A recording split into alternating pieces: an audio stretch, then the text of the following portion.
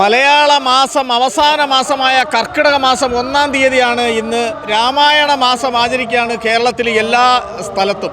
ഇന്ന് ഓച്ചിറ പരബ്രഹ്മ ക്ഷേത്രത്തിലെ 1-ാം തീയതിയായിട്ട് ഇന്നിവിടെ കർക്കിടക സദ്യ നടക്കുകയാണ്. ഏതാണ്ട് 15,000-ഓളം ജനങ്ങളാണ് ഇന്ന് കർക്കിടക സദ്യ കഴിക്കാൻ ഓച്ചിറ പരബ്രഹ്മ ക്ഷേത്രത്തിൽ വന്നിരിക്കുന്നത്.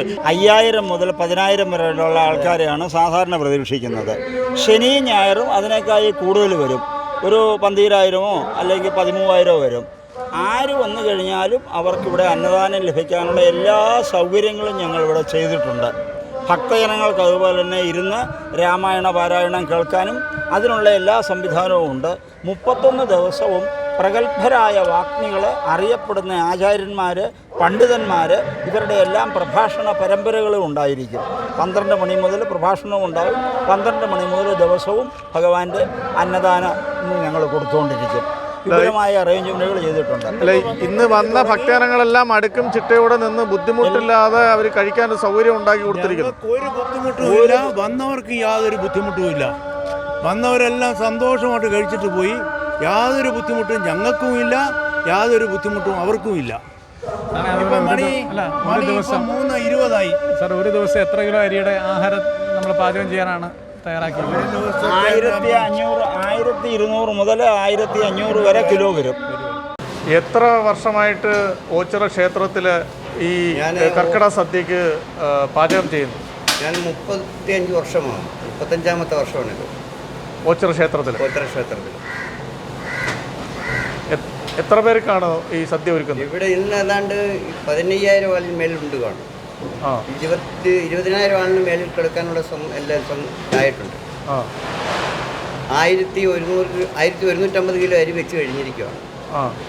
അത് ഭക്തജനങ്ങൾക്ക് 70 കിലോ അടയുടെ പ്രഥമനും അതിൻ്റെ എല്ലാ ക്രമമുണ്ട്. മറ്റേതെങ്കിലും ക്ഷേത്രങ്ങളിൽ ഇതേണക്ക് പാചകത്തിന് പോകാറുണ്ട്? ഇത്രയും വലിയ നല്ല പുറത്തും പോകുന്നുണ്ട്. ഇവിടെ വലിയളങ്ങര ക്ഷേത്രം, തഴക്കുഴി ദേവി ക്ഷേത്രത്തിൽ ഇപ്പോൾ ഭയങ്കരമായ ഒരു നവാഹം നടന്നു. അവിടെ ഇതുപോലെ ആൾക്കാരാണ് നിലമ്പലമാണ്. നമ്മൾ എത്ര ഭക്ഷണം വെച്ചാലും ഓച്ചിറ ക്ഷേത്രത്തെ സംബന്ധിച്ച് എല്ലാ ഭക്തജനങ്ങളും അത് കഴിക്കും. അപ്പോൾ അധികം വരാറില്ല. അത് അവിടെ നിന്ന് തന്നെ അടുത്ത സാധനങ്ങൾ ഉണ്ടാക്കി കൊടുക്കുകയും എല്ലാം ചെയ്യും. തൊഴിലാളികൾ എത്ര പേരുണ്ട് കൂടെ സഹായിക്കാൻ? ഇപ്പം 200 ചില ആളുകളുണ്ട്. എല്ലാത്തിനൂടെ വിളമ്പുകാരും എല്ലാ ഐറ്റവും കൂടെ 210 പേരോളം. ചേട്ടൻ്റെ കൂടെ സ്ഥിരമായിട്ടുള്ളവരാണോ അവരെല്ലാം? സ്ഥിരമായിട്ടുള്ളവർ 50 പേരോളം ഉണ്ട്. എത്ര ദിവസമുണ്ട് ഈ കർക്കിടക സദ്യ? കർക്കിടക മാസം 31 ദിവസമുണ്ട്. 31 ദിവസമുണ്ട്. ഈ തൊഴിലാളികൾ എത്ര സെക്ഷനായിട്ടാണ് ജോലി ചെയ്യുന്നത്? 2 സെക്ഷനാണ്. രാത്രി 2 മണി മുതൽ തീരുന്നവരെ അവർ ഒരു സെറ്റുണ്ട്. പിന്നെ രാവിലെ 8 മണി മുതൽ 4 മണി വരെ പച്ചക്കറി അരിയക്കാരും സഹായികളുണ്ട്. കൂടുതലും വനിതകളാണോ? വനിതകളാണ്. ഇവിടെ സദ്യ കഴിക്കാൻ വന്നതാണോ ഈ കർക്കിടക? അതെ. എല്ലാ വർഷവും ഈ കർക്കിടക സദ്യ കഴിക്കാൻ എത്താറുണ്ടോ? എല്ലാ വർഷവും ഉണ്ട്. കർക്കിടക സദ്യക്ക് പുറമെ ഈ ഓച്ചിറയെ സംബന്ധിച്ച് പറയുകയാണെന്നുണ്ടെങ്കിൽ എല്ലാ ദിവസവും 365 ദിവസവും അന്നദാനമുള്ള ഒരു ക്ഷേത്രമാണ് ഓച്ചിറ പരബ്രഹ്മക്ഷേത്രത്തെ പറ്റി പറയുമ്പം ഇതിൻ്റെ പരിസരത്ത് താമസിക്കുന്നവർക്കും ഈ ചുറ്റുവട്ടത്തുള്ളവർക്കും എല്ലാം നിത്യം അന്നം കിട്ടുന്ന ഒരു സ്ഥലമാണ്. ആരും പട്ടിണി കിടക്കേണ്ടതായിട്ട് വരത്തില്ല ഓച്ചിറ ഉള്ളിടത്തോളം കാലം. അതാണ് ഞങ്ങളുടെ എല്ലാ ഒരു വിശ്വാസം. അവർക്ക് കൊടുക്കാവുന്ന തരത്തിലുള്ള സൗകര്യങ്ങളാണ് ഓച്ചിറയിൽ ഒരുക്കിയിരിക്കുന്നത്.